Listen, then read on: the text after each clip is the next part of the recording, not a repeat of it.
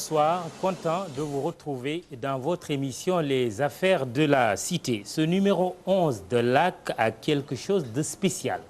Spécial parce qu'il intervient dans un mois spécial. Mars a en effet cette particularité d'être le mois où le Sénégal a connu ses deux premières alternances démocratiques. Le 19 mars 2000, avec l'élection de Maître Abdoulaye Wade comme président de la République, qui lui-même a été défait 12 ans après, le 25 mars 2012, aux urnes par Macky Sall.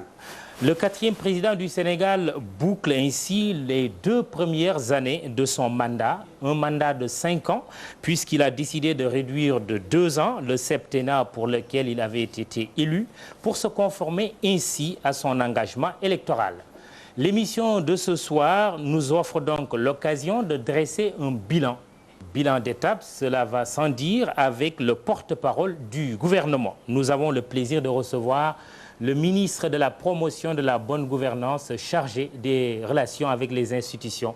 Bonsoir Abdou Latif Coulibaly. Merci d'avoir accepté notre invitation. Le principe des affaires de la cité, vous le connaissez déjà. Cela commence par les ports et traits de notre invité. Et c'est Dieynaba Seydouba qui prend le pinceau sur les images de Petit Ndoye.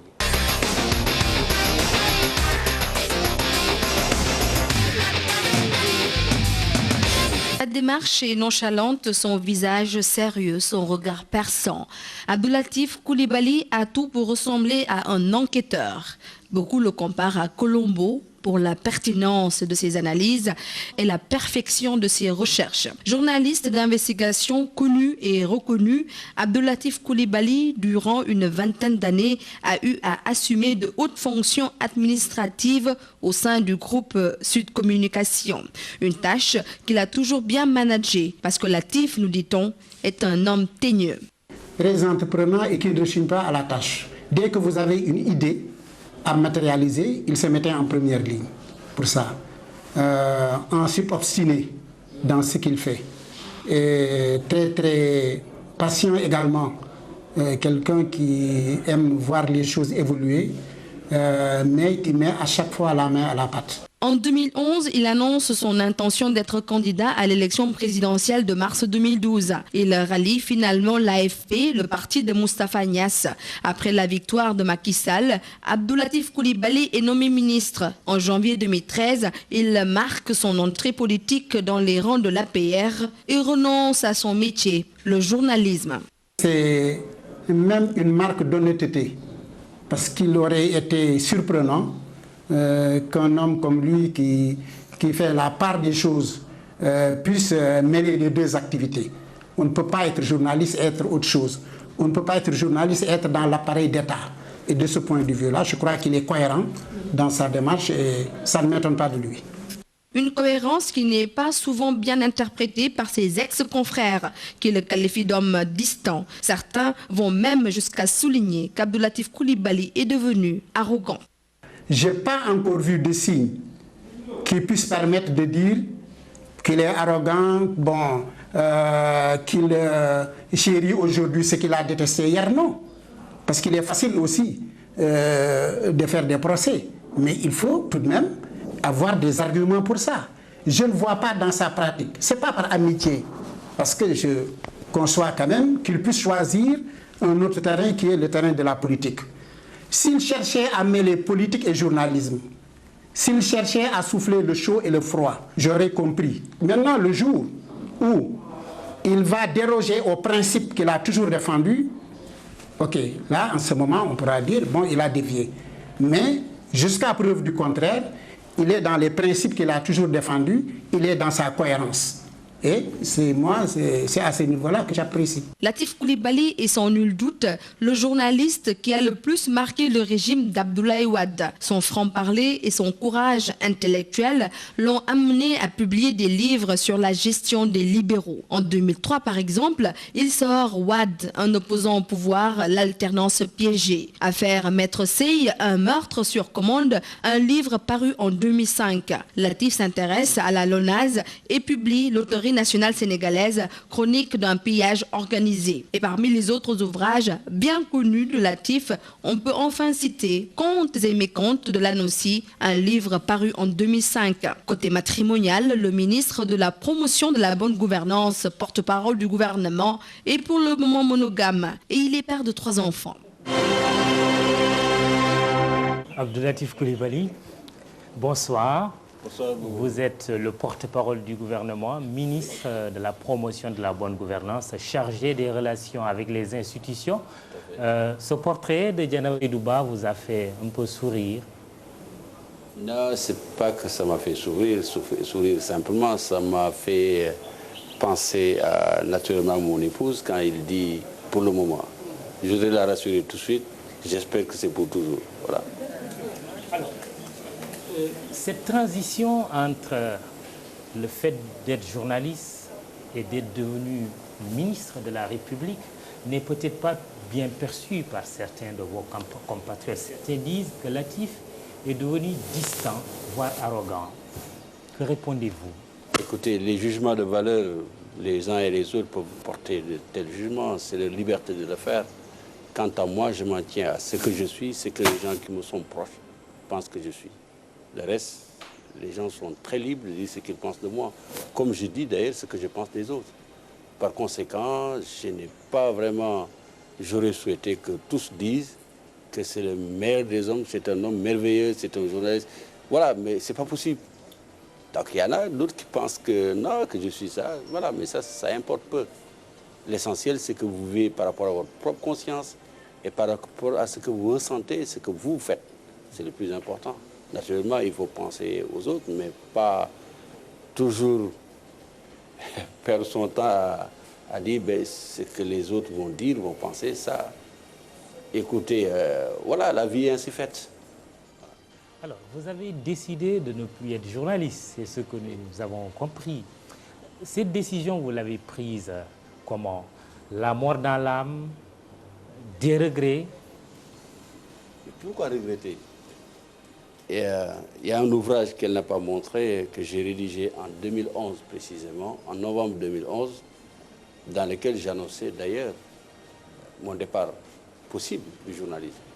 Où je disais qu'il y avait un engagement qui pour moi était un double engagement. Un engagement professionnel et un engagement citoyen dans la pratique de mon métier. L'engagement professionnel, je l'ai prouvé pendant quasiment 30 ans dans un groupe merveilleux qui a été pionnier en la matière pour faire en sorte qu'on ait dans notre pays un système d'information crédible qui, à côté de l'information publique, donne également une autre version des faits. Ce n'était pas évident au moment où on l'a démarré, on l'a fait, mais je pourrais dire un devancier qui était un heureux présage. Parce que là où nous sommes aujourd'hui, ça veut dire que ce que nous avons fait en 1985 a porté ses fruits. Parce que ce n'était pas évident dans les années 80 de venir dire à un gouvernement que nous voulons faire une radio libre, une radio qui ne dépendait pas du gouvernement. Il faut savoir qu'à l'époque, l'article 2, qui avait institué la RTS en une société d'État à la place de l'Office, avait prévu le principe de la dérogation au monopole des ondes radiophoniques. Le gouvernement du Sénégal de l'époque avait estimé devoir donner une fréquence radio à des étrangers, en l'occurrence RFI, pour mettre en place ce qu'on appelait à l'époque une radio biculturelle. Nous avions du mal à comprendre. Et le groupe dans lequel j'étais, dirigé par Babacar Touré, Ndiaga Sylla d'ailleurs, que je remercie beaucoup, les deux en particulier, je dis c'est eux également qui m'ont appris le métier, c'est vrai. Et j'ai appris auprès d'une très très bonne école. Je veux dire que ce que nous avons fait à l'époque est quand même bon et merveilleux de mon point de vue là. Et pour revenir à ce que vous dites, regretter quoi? Surtout ne pas... Non. Il m'arrive des fois d'être nostalgique, surtout. De l'être quelque part quand je regarde des dossiers qui sont traités avec bonne foi et une envie de faire connaître, mais parfois également avec une ignorance qui parfois me fait dire Certes, nous avons fait des avancées importantes au Sénégal en matière de journalisme, c'est incontestable. On peut même dire que notre pays fait partie de ces pays en Afrique où il y a une lumière forte, éclairante sur les faits de société, sur la politique à cause de la presse. Mais également, cette même presse pose un certain nombre de problèmes. Ce n'est pas aujourd'hui que je le dis d'ailleurs.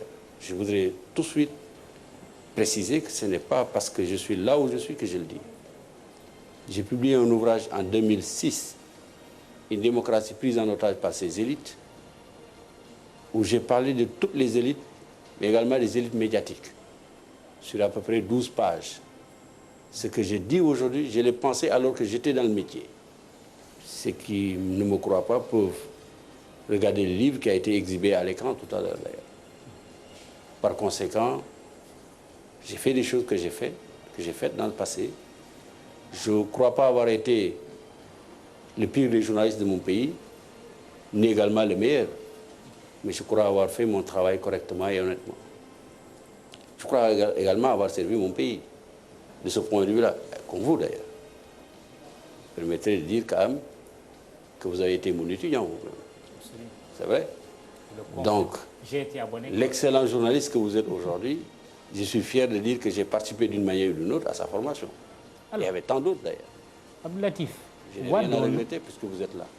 Wade en opposant au pouvoir, l'alternance piégée, votre premier ouvrage que vous avez écrit sur la gestion du président Abdoulaye Wade, après avoir jubilé quand il a été élu le 19 mars, vous le dites d'ailleurs dans ce fameux livre. C'est vrai.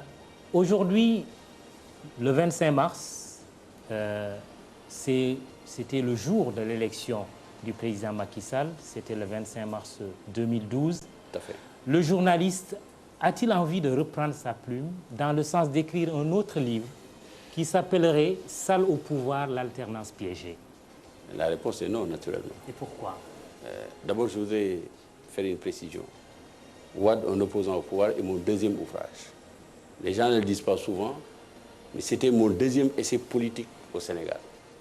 J'ai publié un ouvrage en octobre 1999, le Parti socialiste, 50 ans de lutte et de complot au sein de l'élite socialiste. On est d'accord.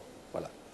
Ce n'était pas donc ma première fois que j'ai braqué une lumière sur la pratique d'un pouvoir. Donc ça n'a été qu'une continuation en 2003. Vous-même, vous savez très bien qu'on n'est pas dans le même contexte. Nous ne sommes pas face à la même situation, à moins que vous vouliez dire que ce que nous avons vécu 3 ans après Abdoulaye Wade, nous l'avons vécu 2 ans après l'arrivée de Macky Sall. Si honnêtement, on parle honnêtement, je ne crois pas qu'on puisse le dire. Je ne crois pas. Et si nous fondons sur les faits, non plus les faits ne plaident pas en cette faveur-là. Par conséquent, doublement je ne peux pas le dire parce que je suis dans le gouvernement. Ça aurait été de ma part irresponsable, mais l'envie ne m'habite même pas. Parce que je n'ai pas le sentiment, sincèrement, que nous sommes face à un même pouvoir, tant du point de vue de la pratique que du point de vue de l'environnement dans lequel nous baignons. Souvenez-vous, en 2001, un de nos excellents confrères a écrit quelque chose qui est formidable, Mamles Camara, qui disait « Wade veut même faire apprendre aux mécaniciens comment on tourne les vis ».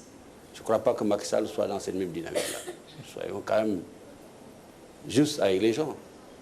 Donc ne serait-ce que parce que les styles sont différents, les deux hommes ont des trajectoires totalement différentes, les ambitions peut-être sont les mêmes, parce que tous les deux veulent faire, Wade voulait faire du Sénégal un pays émergent, c'est incontestable. Il a essayé à sa manière, avec le style de l'homme, avec ses qualités et ses défauts. Mais pour moi, et ce n'est pas aujourd'hui que je vais dire le contraire, les défauts étaient tels que la volonté a été inhibée quelque part. Il avait le sentiment profond qu'à part lui, personne ne pouvait exister. D'ailleurs, il disait, on ne peut pas me remplacer.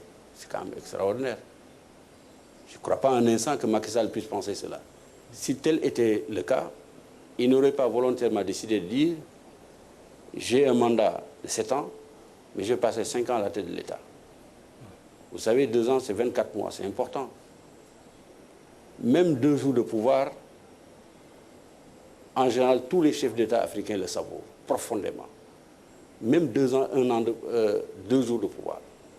En voilà quelqu'un qui dit 2 ans, je renonce. Ne serait-ce que du point de vue symbole, du point de vue de la mentalité des uns et des autres, on ne peut pas faire de comparaison de ce point de vue-là. Alors, voyons ce que disent les Sénégalais sur ces 2 premières années du président Macky Sall au pouvoir. Et c'est un sujet tourné par Fatima Taba, Alioune Diagne pour les images.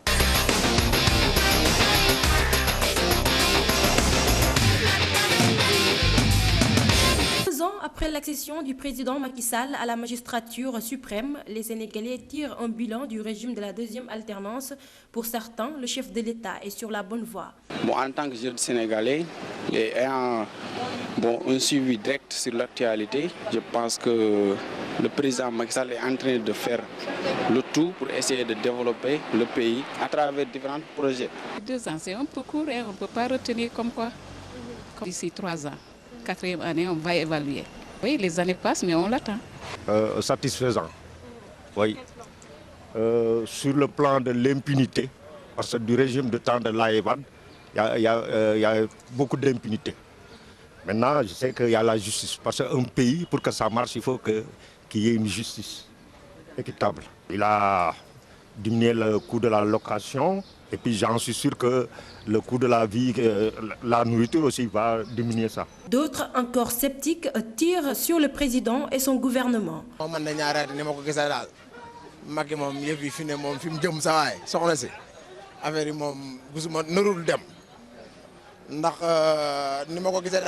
Moi, je pense qu'il reste encore beaucoup de choses à faire.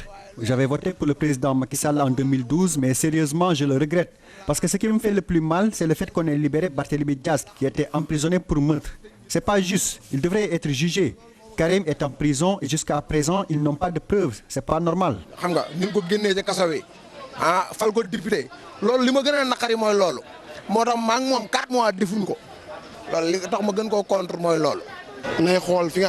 Nous sommes des marchands ambulants. Le président doit venir nous voir ici comme il le faisait quand il était dans l'opposition.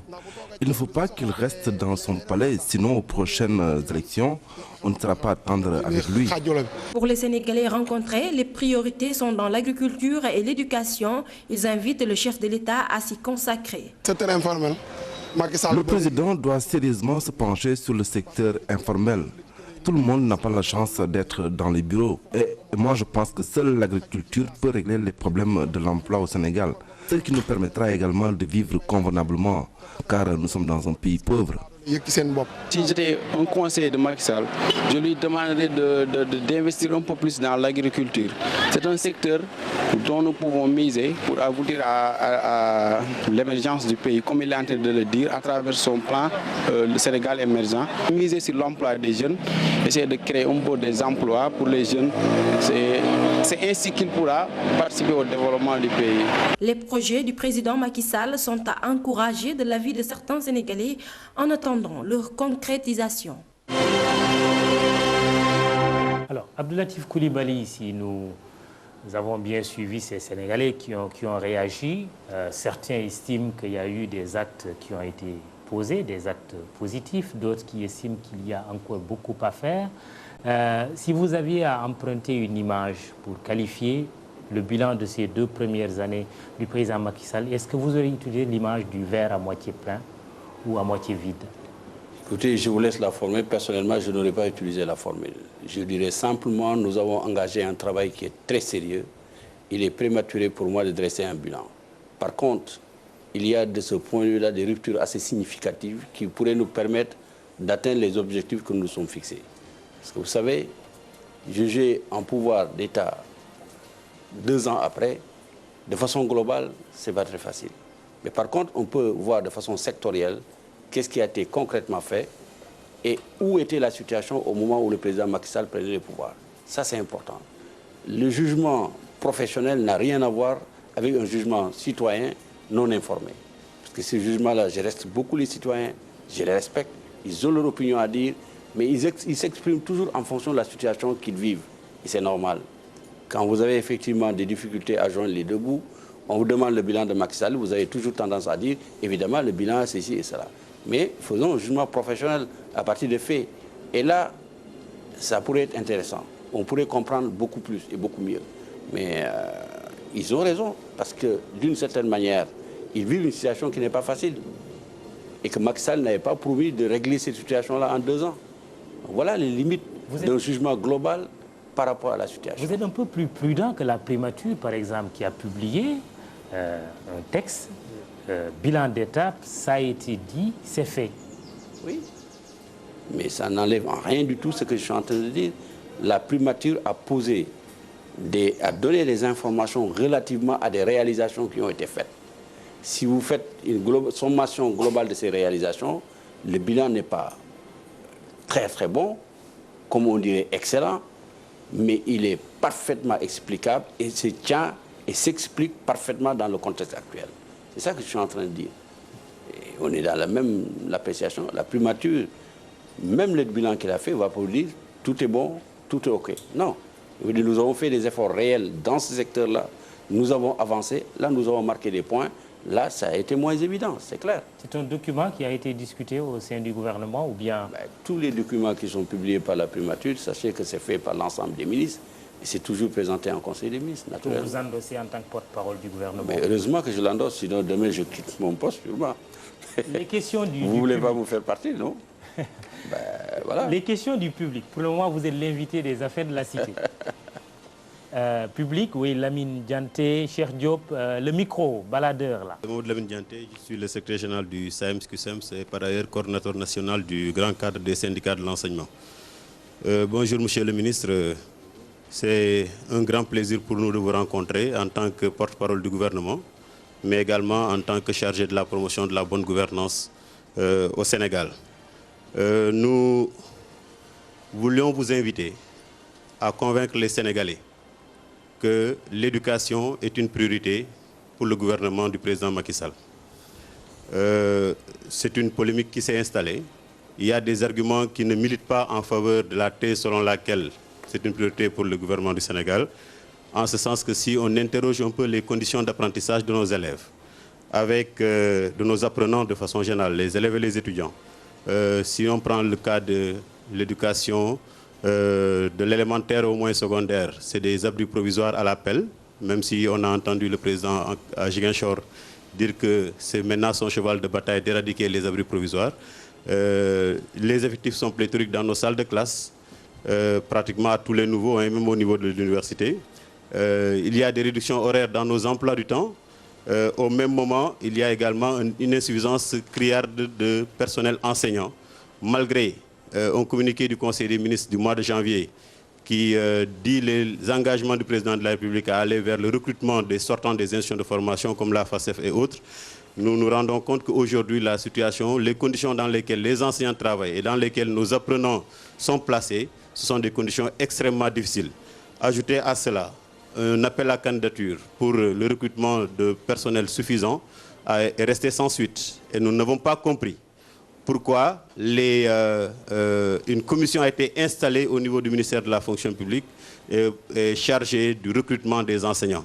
Nous pensons simplement que c'est une façon donc de fermer la porte au recrutement des enseignants au moment où les élèves en ont, l'école publique en a besoin. Et au même moment, on impose des heures supplémentaires aux enseignants. Et ce que nous ne comprenons pas également, Monsieur le ministre, en tant que ministre chargé de la promotion de la bonne gouvernance, c'est que nous sommes dans un secteur où le budget alloué à l'éducation n'a pas changé du tout. Et nous nous rendons compte qu'il y a une baisse des fonds de dotation des services déconcentrés du ministère de l'Éducation, et surtout les dotations des établissements scolaires. Au moment où il n'y a pas eu de baisse du budget alloué au ministère de l'Éducation nationale. Au même moment, des fonds qui devaient être alloués à la formation des enseignants créés en mai ne sont pas débloqués et cela entraîne la non-convocation de ces enseignants-là dans les écoles de formation. C'est pourquoi nous disons que nous aimerions, au regard de tout ça, que vous puissiez convaincre les Sénégalais que l'éducation est une priorité pour votre gouvernement. Deuxième préoccupation, Monsieur le ministre. Mais très rapidement. Oui. Nous avons signé un protocole d'accord avec le gouvernement du Sénégal. Un protocole d'accord qui a donné l'espoir qu'on va aller vers le retour d'une paix durable dans l'espace scolaire. Et depuis lors, c'est le blackout. On devait mettre en place un comité de suivi pour l'application du protocole d'accord. Et depuis lors, nous avons relancé le ministre de la fonction publique pour aller vers l'installation du comité de suivi et son fonctionnement correct, parce que nous avons la conviction que si ce protocole est respecté, l'école peut connaître des lendemains stables de façon durable, et nous n'avons pas encore vu cela. Et dernière question, si vous le permettez, Monsieur le Président de la République avait préconisé la convocation d'une conférence sociale. Nous avons été informés qu'il y a eu 2 réunions préparatoires pour cette conférence sociale, mais les syndicats d'enseignants n'ont pas du tout été associés à ces convocations, et nous aimerions comprendre pourquoi. Si on estime que les syndicats d'enseignants n'ont pas droit au chapitre, qu'on aimerait également que vous nous le précisez. Je vous remercie. Bon, on va donner la parole à Monsieur le ministre puisqu'il y a 3 questions, et on reviendra au public, cher Diop Ousmane Sy, en précisant que chacun aura droit à une question pour le moment. Abdoulatif Coulibaly. M. Dianté a dit beaucoup de choses. Dans les choses, il y a peu de faits et il y a beaucoup d'opinions. Les opinions, chacun est libre de l'avoir. Les faits sont les faits. Il m'invite à convaincre les Sénégalais que la priorité, l'éducation n'est pas une priorité pour le Sénégal, pour le gouvernement du Sénégal. La réponse, naturellement, je n'ai pas besoin de les convaincre. Les Sénégalais eux-mêmes sont déjà convaincus par rapport à ça. Par les faits, pas par ce que je vais dire. Si, depuis d'ailleurs, bien avant le président Macky Sall, tous les régimes qui sont passés ont consacré au moins 30% de budget, vers 33% à l'éducation nationale. Si vous tirez 33% des ressources disponibles pour la nation, vous les mettez dans un secteur, ça veut dire que ça vous préoccupe et vous en avez fait une préoccupation. En revanche, je voudrais questionner M. Dianké de la même manière que nous questionnons comment fonctionne l'éducation nationale de manière générale. Sur à peu près 400 milliards de francs CFA, le gouvernement du Sénégal est obligé de payer plus de 300 milliards de salaires aux enseignants et l'ensemble du personnel de l'éducation nationale. Au moment où on prend 33% des ressources, qu'on le met dans un secteur, on se rend compte que l'argent qui est dépensé dans ce secteur sert exclusivement à payer des salaires, à payer des indemnités qui sont toujours demandées, toujours plus et toujours plus. Ça veut dire, au fond, tout ce dont nous disposons pour le mettre dans la construction de salles de classe, l'achat de matériel didactique n'est pas naturellement suffisant. Il faudrait peut-être également que les enseignants convainquent les Sénégalais que l'école est une priorité, une préoccupation pour eux. Pour la plupart. Je ne parle même pas des enseignants, mais je parle plutôt des syndicats. Parce qu'il faudrait également que les syndicats s'interrogent, questionnent leurs pratiques par rapport à la conduite du projet éducatif national. Je ne suis pas en train de dire qu'ils ne font pas le travail, mais je les invite simplement à questionner les pratiques et les comportements. Il a dit tout à l'heure qu'au moment où les salles de classe n'ont pas de maître, le gouvernement n'a pas mis d'argent. Tenez-vous bien, le ministre de l'Éducation nationale, après enquête et investigation, a économisé un peu plus de 2 milliards de francs CFA, presque 2 milliards de francs CFA, sur le paiement des indemnités pour les examens sur l'ensemble du territoire national. Parce qu'il y a un certain nombre de pratiques qui n'étaient pas orthodoxes. Deuxièmement, questionnons l'efficacité de la dépense. Frauduleuse. Comment fonctionnait le mécanisme? Il a bien expliqué. Vous allez devoir corriger des copies. Vous en avez corrigé 5, mais on donne le taux. Vous devez faire 70 km pour avoir un taux précis. Vous faites aller-retour. Plutôt que de faire 70 km, vous faites 35, 70 km. Je n'ai pas tous les détails. Le ministre de l'Éducation nationale l'expliquera à merveille d'ailleurs. Ce que je suis en train de dire, c'est qu'au moment où on dit que le gouvernement n'a pas de préoccupation, le gouvernement a dégagé beaucoup d'argent pour l'éducation nationale. Le gouvernement s'interroge sur l'efficacité de la dépense publique dans le secteur éducatif, comme d'ailleurs tous les citoyens sénégalais. Nous avons une fonction publique qui compte à peu près 120 000 personnes. 120 000 personnes, les fonctionnaires de l'État. Les richesses de la nation tournent à peu près à un peu plus de 3 000 milliards de francs CFA. L'ensemble, plus de 1 600 milliards, ce sont des salaires qui sont payés. Ça veut dire que 120 000 personnes reçoivent plus de 60% de la richesse nationale. Plus de 60%. Est-ce que vous comprenez ce que je veux dire? Ça veut dire que si on paye l'ensemble des fonctionnaires, l'ensemble de tous les gens qui sont dans tous les secteurs de l'administration, il ne reste plus de 40% au budget national, qu'il faut partager en tous les secteurs ou toutes les demandes sociales. Et par conséquent, c'est difficile dans ces conditions-là de fonctionner autrement. Ce n'est pas que l'éducation nationale n'est pas la responsabilité de l'État que cela pas relève. Mais pas du tout. Quand vous arrivez, le président Macky Sall est arrivé en 2012. Il a trouvé 120 000 fonctionnaires. Il ne peut pas ne pas les payer à la fin du mois. Il les paye. Et s'il les paye, qu'est-ce que vous voulez? L'argent qui reste, c'est ça qu'il est obligé de mettre en place pour investir pour les hôpitaux, pour l'agriculture, pour l'électricité et tout, qu'on est obligé après d'aller à l'extérieur pour chercher de l'argent et compléter. Si vous êtes dans ces conditions-là, ce n'est pas qu'on ne veut pas mettre de l'argent supplémentaire dans l'éducation nationale. On le veut bien, mais où trouver l'argent? Et c'est la raison pour laquelle il faut changer complètement le mode de production que nous avons au Sénégal.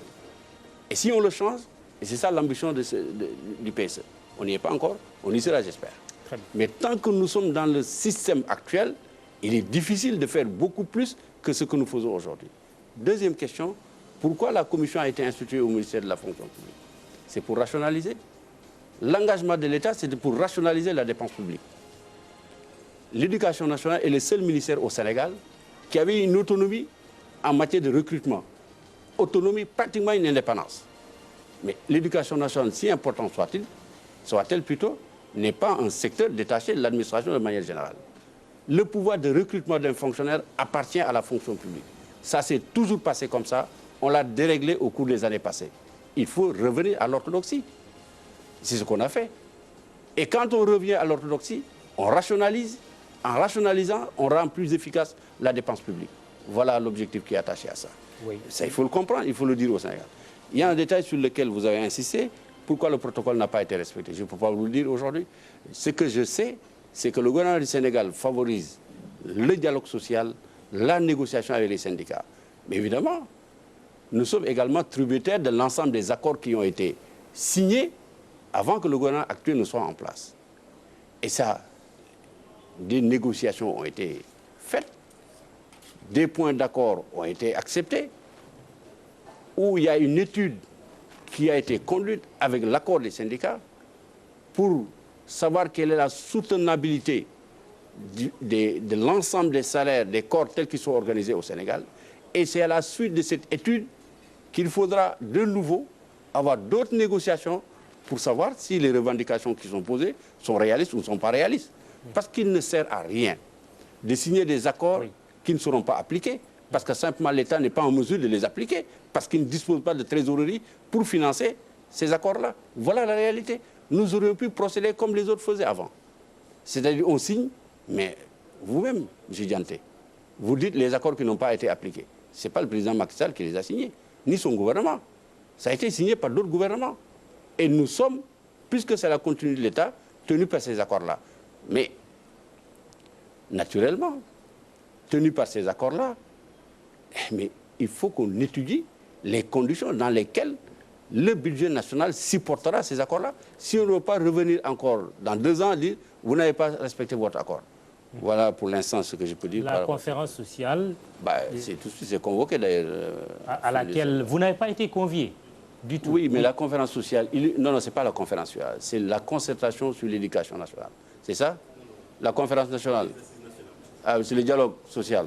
Vous savez, tous les syndicats seront présents. Le gouvernement du Sénégal a toujours respecté les syndicats et les a convoqués dans toutes les conférences. Mais comment voulez-vous que nous ne tenions pas compte de la participation des syndicats? Ce n'est pas cohérent. Parce que c'est avec eux qu'il faudra conduire ce dialogue-là. C'est avec eux qu'il faut faire le travail. Je suis sûr que vous n'avez peut-être pas reçu, mais vous recevrez votre invitation, ça n'y a pas de doute. On retourne au public. Cheikh Diop, de la CNTS-FC. Directeur général, de l'invitation que vous nous faites à cette prestigieuse émission. Je voudrais, avant d'en arriver à l'interpellation du ministre de la Bonne Gouvernance, rappeler que les porteurs de la revendication que nous sommes, nous faisons partie intégrante du peuple. Nos préoccupations intègrent également celles des populations. Pour dire simplement que nous constatons en même temps que les populations que les objectifs pour lesquels le président Macky Sall a été élu par le peuple sénégalais, pour l'atteinte de ces objectifs-là, il est en train de poser des actes assez significatifs qu'on ne peut pas ignorer. Actes qui ont pour nom la reddition des comptes, les réformes au niveau des institutions, la mise en place d'une certaine solidarité sociale qui nous préoccupe autant, mais aussi l'amélioration du pouvoir d'achat des travailleurs. Pour autant, pour ce qui concerne particulièrement le monde du travail, je voudrais évoquer deux aspects pour interpeller Monsieur le ministre. Les aspects qui ont pour nom la reconnaissance de la revendication. Si je pose cette question, l'émission ne me permet pas de développer, mais si je pose la question de la reconnaissance de la revendication, je voudrais simplement dire que la revendication participe au progrès social, que les porteurs de la revendication sont souvent également porteurs de solutions ou de débuts de solutions. La reconnaissance donc de la revendication, c'est l'implication dans les politiques publiques des porteurs de la revendication pour un meilleur progrès social. Beaucoup de questions qui sont évoquées dans l'éducation et dans la santé sont l'émanation des politiques que les autorités appliquent sans impliquer les acteurs qui sont concernés. Si on veut atteindre le taux de scolarisation universelle et qu'on crée d'autres corps, on crée d'autres situations qui demain font l'objet de revendications, on aurait dû impliquer les acteurs pour éviter cela. Pour simple exemple.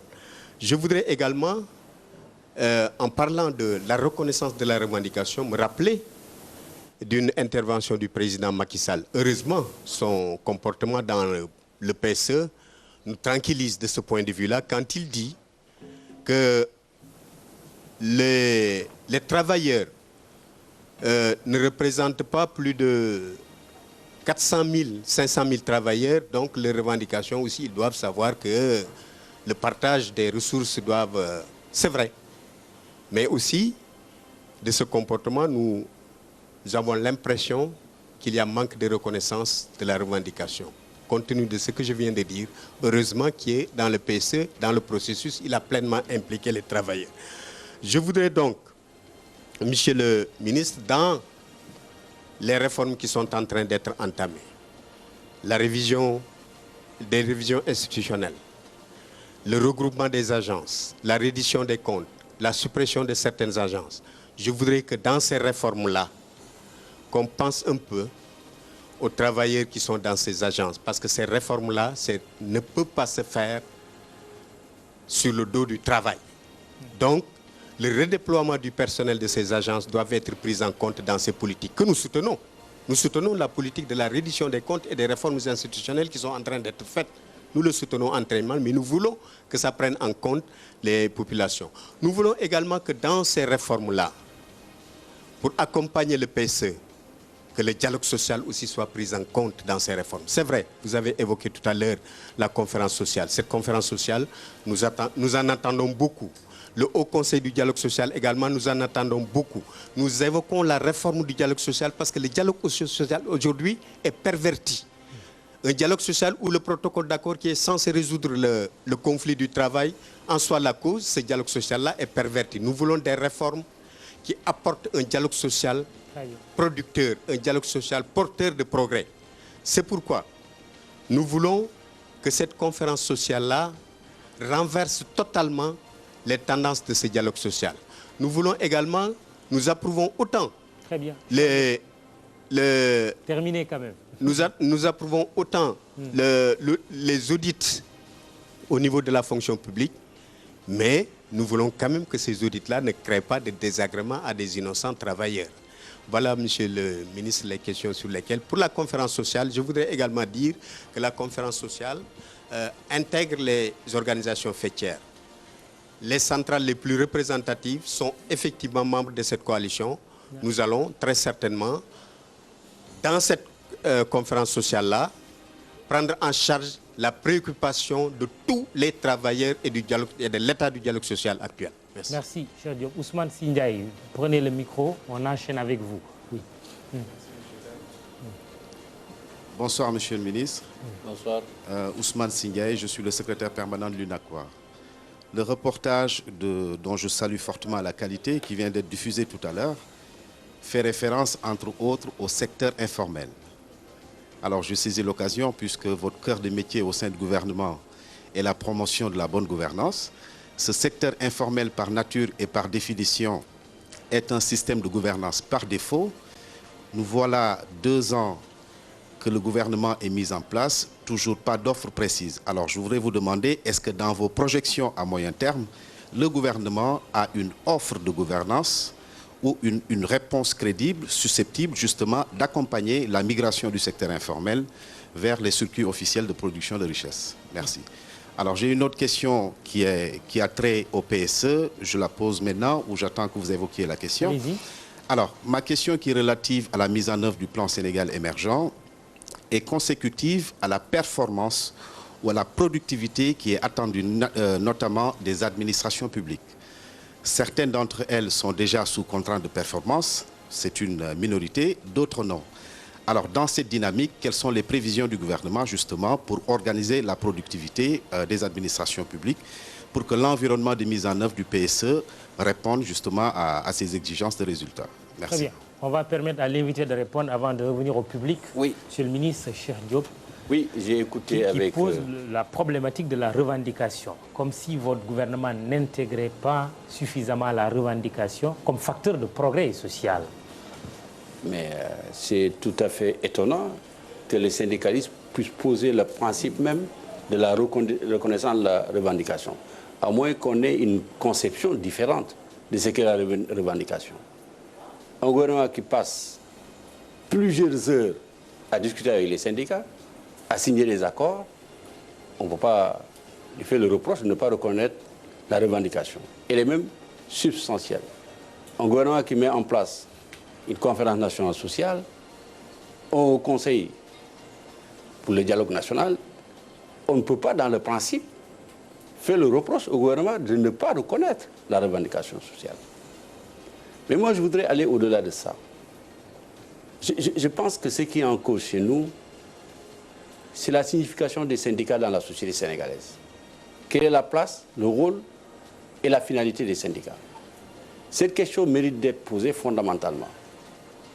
Parce que je ne peux pas comprendre, parfois. Vous avez dit tout à l'heure, si la revendication et le dialogue portent sur l'application d'un accord, on ne peut plus parler de dialogue. Je vais vous retourner la question.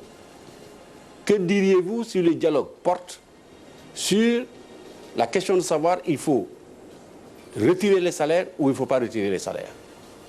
Mais le droit de grève, la conséquence, c'est de ne pas recevoir un salaire. Des syndicalistes peuvent aller en grève pendant 6 mois sans aucune forme de malconscience, percevoir leur salaire et rester chez eux. Vous le savez tous. Grève de 5 mois, tout le monde a touché son salaire. Et dans le même temps. Mais un travail qui n'est pas fait, vous recevez un salaire, mais c'est un gain indu. Je n'irai pas jusqu'à dire, comme certains, dans la conception anglo-saxonne, un salaire perçu alors que le travail n'a pas été fait, c'est une forme de spoliation de la nation. Il faut qu'on dise les choses telles qu'elles sont. Mais il n'empêche aujourd'hui que le gouvernement travaille avec les syndicats, dialogue avec les syndicats, de la même manière que c'est paradoxal que le dialogue porte sur une question qui n'aurait jamais dû être. Mais je vous l'ai expliqué au départ, qu'effectivement, si tous les gouvernements qui sont passés à tout vent ont signé des accords insoutenables par le budget, naturellement, le gouvernement actuel, s'il veut redresser, rendre plus efficace la dépense publique, être rationnel, est obligé quelque part de parler de ces questions-là. De la même manière qu'on est obligé de dire est-ce qu'on coupe les salaires ou on ne coupe pas les salaires. Mais les Tchekhov, en principe, c'est pour remplacer quand même les salaires qui doivent être payés par les syndicats. C'est la question. Donc, cher, je pense honnêtement, il est temps qu'à la fois syndicats et gouvernement, que nous questionnons la pratique syndicale chez nous. Si on ne la questionne pas et qu'on la laisse en l'état, rien ne peut se faire dans notre pays. Il n'est pas possible que les centres des secteurs fondamentaux de notre pays, qu'on y enregistre plus de 500, 600 heures de grève par an, je ne dis même pas les centrales syndicales. Rendez-vous compte que même une section syndicale dans un lycée peut décider de déclencher une grève et on l'appelle débrayage. Débrayage. Tout le monde débraye. Personne n'est en classe. Les enfants vont, ils reviennent. Quand même, il n'y a pas que le gouvernement qui est en cause dans cette affaire-là. Fondamentalement, c'est le rapport que nous avons au travail chez nous qui a un problème. C'est le rapport que les syndicats eux-mêmes ont. Je ne parle pas des travailleurs, mais des syndicats. Ça, c'est important de faire le départ entre les travailleurs et les syndicats. Mais ça, quel que soit le projet de développement économique et social que nous mettrons en place, et qui le mettrait en place, si nous ne questionnons pas la pratique syndicale chez nous, à la fois de la part des syndicats, des travailleurs et tout le monde, on ne sera pas loin.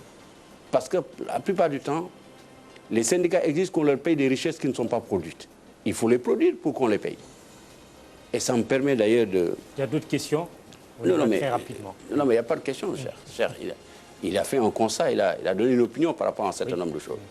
Et son problème, c'était de dire que le gouvernement ne reconnaît pas la revendication sociale. Il faut également, à peu près, ce que j'ai compris de toutes les manières. Donc, j'ai mal compris. Donc, il faut nécessairement retourner aux faits et voir ce que les faits, qu'est-ce qu'ils donnent. Parce qu'au fond, le seul arbitre dans cette affaire-là, c'est les faits. Quand le gouvernement est suffisamment disponible et écoute suffisamment, et maintenant, dans la limite des possibilités qui lui sont offertes par ce qu'il gère, les richesses de la nation. Voilà le problème. Et monsieur Sindiaye, vous avez posé une question qui est importante. C'est la capacité de l'État du Sénégal à faire en sorte que le secteur informel, au-delà d'être un acteur de développement économique, parce qu'il l'est aujourd'hui, qu'il soit dans un système qui le rend encore plus utile et plus productif pour l'ensemble de la nation. C'est vrai. Plus imposable.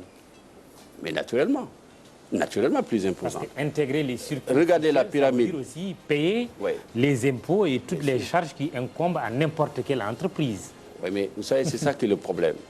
Le secteur informel demande à l'État aujourd'hui d'intervenir pour le rendre plus structuré, mais dans le même temps, il est quasiment impossible d'imposer le secteur informel. Impossible à l'état actuel, quasiment. Mais non, mais pour l'instant, vous le savez, ce qu'on aurait dû tirer de la production de richesses du secteur informel, mais on ne le tire pas malheureusement. Et vous le savez très bien. Si bien que l'impôt, l'assiette de l'impôt au Sénégal est très rétrécie, quelques ménages ou quelques acteurs économiques payent l'impôt.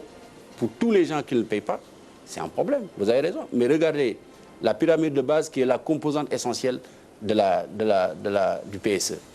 Vous verrez les trois axes fondamentaux, c'est la production de richesse dans une dynamique de croissance durable et inclusive qui va au-delà de 7%. Ça, c'est faire en sorte... Vous savez, ce qui est proposé à travers le PSE, ce n'est pas simplement un changement de paradigme, mais c'est un changement de modèle. Il y a un penseur qui a dit, si vous voulez changer un modèle, vous ne vous attaquez pas à la réalité qui la fonde, mais vous construisez un autre modèle qui le rend obsolète. C'est exactement l'option que nous avons prise avec les PSE. Nous voulons construire un modèle de développement économique qui rend obsolète le modèle actuel, qui repose sur un taux de croissance de 2-3%, qui est insignifiant par rapport à ce que nous voulons, parce que simplement ce taux de croissance est pulvérisé ou absorbé en tout cas par le taux de croissance démographique. Vous le savez très bien, mieux que moi. Par conséquent, il faut changer. Il faut produire la richesse en abondance. Mais il faut faire en sorte également que le secteur informel tel qu'il fonctionne aujourd'hui soit rangé, soit changé radicalement. Troisième composante, troisième axe, la gouvernance. D'abord la bonne gouvernance, vous l'avez posée. Mais c'est une préoccupation majeure. Vous m'avez interpellé en tant que ministre de la promotion de la bonne gouvernance. Je précise d'ailleurs que je ne suis pas le ministre de la bonne gouvernance. Chacun, vous, les syndicats, les structures, chaque structure, en ce qui la concerne, doit être le gardien de la bonne gouvernance. En revanche, notre responsabilité à nous, telle que définie dans le décret qui nous fonde, c'est d'assurer la promotion de la bonne gouvernance, capturer toutes les bonnes pratiques les diffuser au sein de la population et auprès des diffuseurs. C'est ça notre responsabilité. On s'y attelle avec une stratégie nationale de promotion de la bonne gouvernance. Et je voudrais d'ailleurs sur ce point de vue-là, quoi qu'on puisse dire aujourd'hui, si vous regardez l'indice Transparency International, du 96e rang, nous sommes passés au 77e. Ça veut dire que des progrès énormes ont été faits. Si vous regardez l'indice Mo Ibrahim, nous sommes 3e en Afrique de l'Ouest, derrière le Cap-Vert et le Ghana. Nous sommes 10e en Afrique. C'est dire qu'il y a 2 ans, 3 ans, le Sénégal était dans les bas-fonds. Aujourd'hui, quand même, on fait des progrès. C'est juste des progrès. C'est une base qui n'est même pas encore assise, mais qui est en construction. Et on va évoluer dans le temps. Et nous pourrons, dans 5 ans probablement, dire « ouf, on y est arrivé ». Mais on n'y est pas arrivé, mais on est sur le bon chemin. Très bien. Nous poursuivons cette émission avec un autre sujet de reportage et nous revenons tout à l'heure au public. Je signale au passage la présence de mes 2 confrères, Amadouba de l'AS et Daouda Diarra du Populaire, qui auront l'occasion de poser leurs questions tout à l'heure. Le sujet qui suit porte sur la baisse des prix du loyer. C'est un des points que le gouvernement du président Macky Sall a marqué. Une baisse du prix du loyer qui va de 29 à 4% en passant par 14% selon un peu le niveau des locaux qui sont loués. Mais il se trouve que les nouveaux contrats font l'objet d'une forte spéculation. Suivons ce sujet de Cheikh Abdou Khadir Mbakesek avec les images toujours de Alioune Diaye.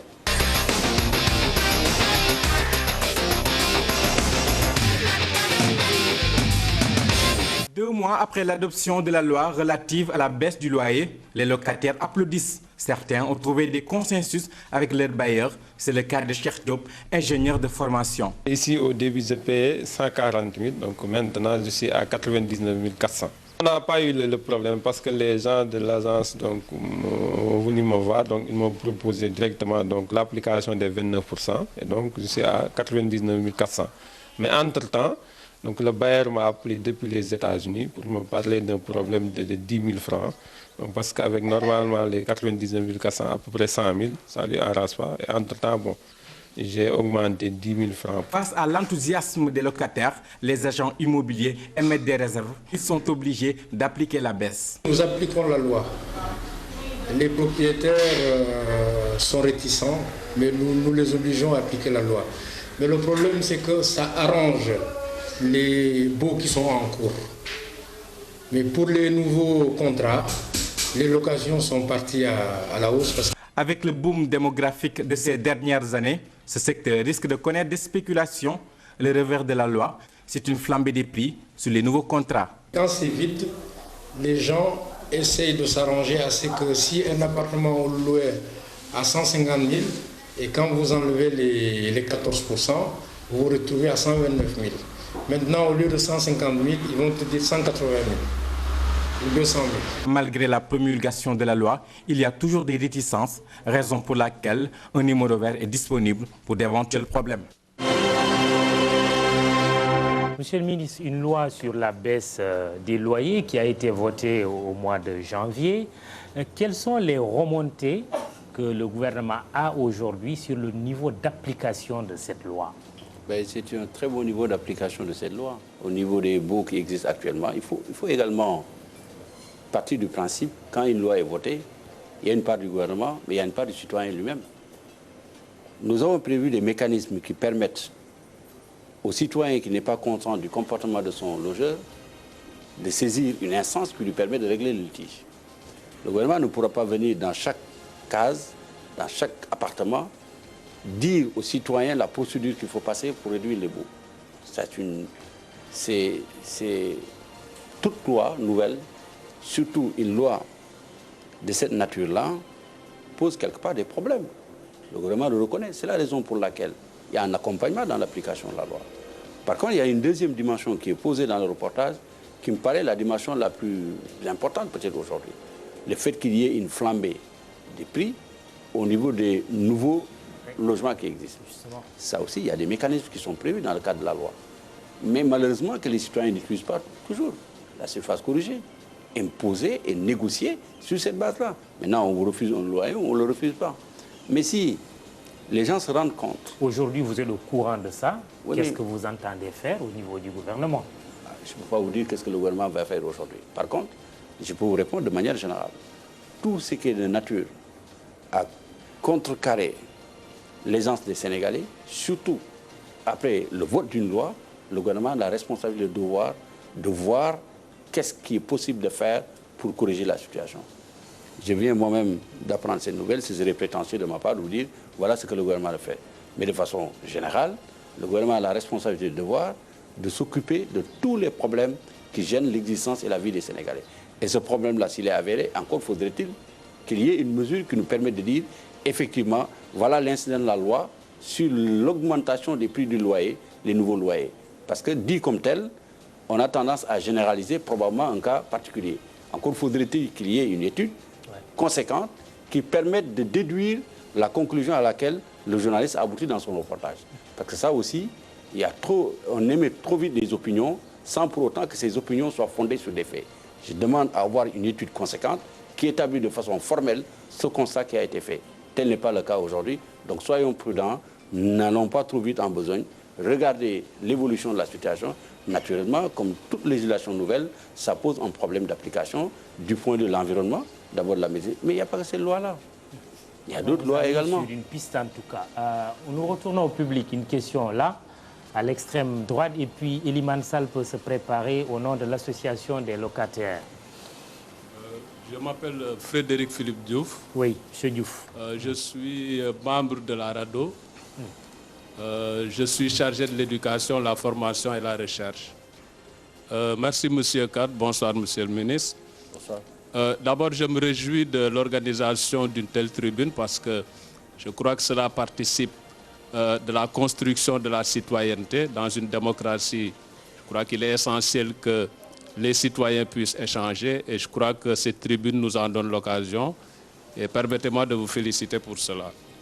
Alors, moi, donc, je vais peut-être poser ma question sous naturellement l'angle des droits humains. Je crois que du point de vue des droits humains, il y a des avancées considérables qui ont été faites ici au Sénégal, sur le plan institutionnel comme sur le plan législatif, mais aussi de façon concrète. On vient d'évoquer la loi sur les loyers. On peut aussi évoquer la couverture maladie universelle. Et pour nous, défenseurs des droits humains, c'était une préoccupation. Parce qu'on s'est rendu compte que les parents pauvres des droits humains, c'était justement les droits économiques, sociaux et culturels. Et je crois que cela participe un peu à corriger la situation. Mais je crois également que c'est bien de faire des avancées sur le plan institutionnel, sur le plan législatif.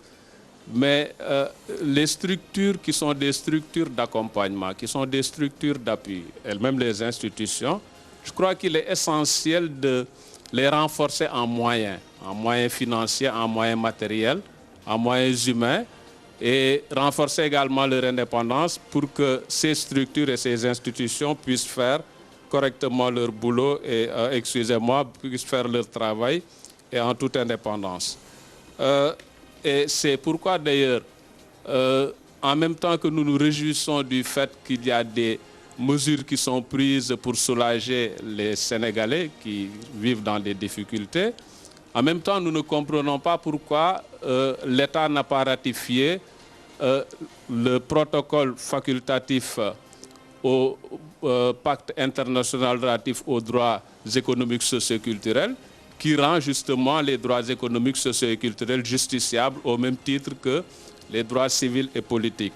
Et j'interpelle, je me permets d'interpeller le monsieur... Le droit au logement, par exemple, puisque nous parlons du loyer. Le droit à la santé, voilà. Oui. Alors donc, le Sénégal n'a pas encore ratifié ce protocole, tout comme le Sénégal n'a pas ratifié d'ailleurs aussi le deuxième protocole relatif au pacte international relatif aux droits civils et politiques qui interdit la peine de mort, bien que la peine de mort n'existe pas au Sénégal, mais je crois que ce serait bien de pouvoir...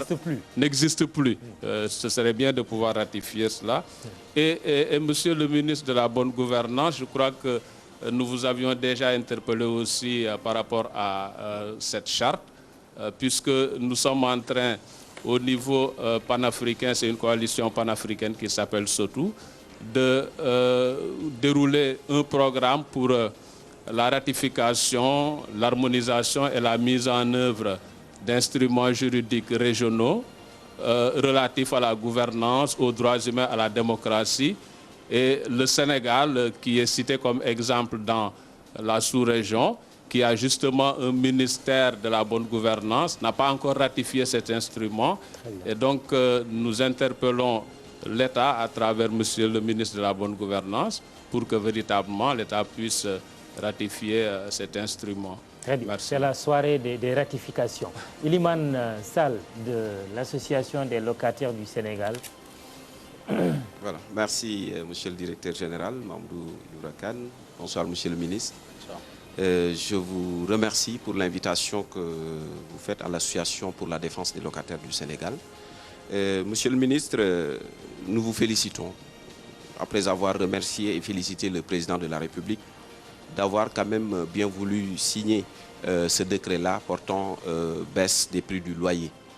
Nous vous félicitons, vous et votre gouvernement, et constatons malgré tout quand même sur le terrain qu'il y a jusqu'à présent des bailleurs qui refusent d'appliquer la loi.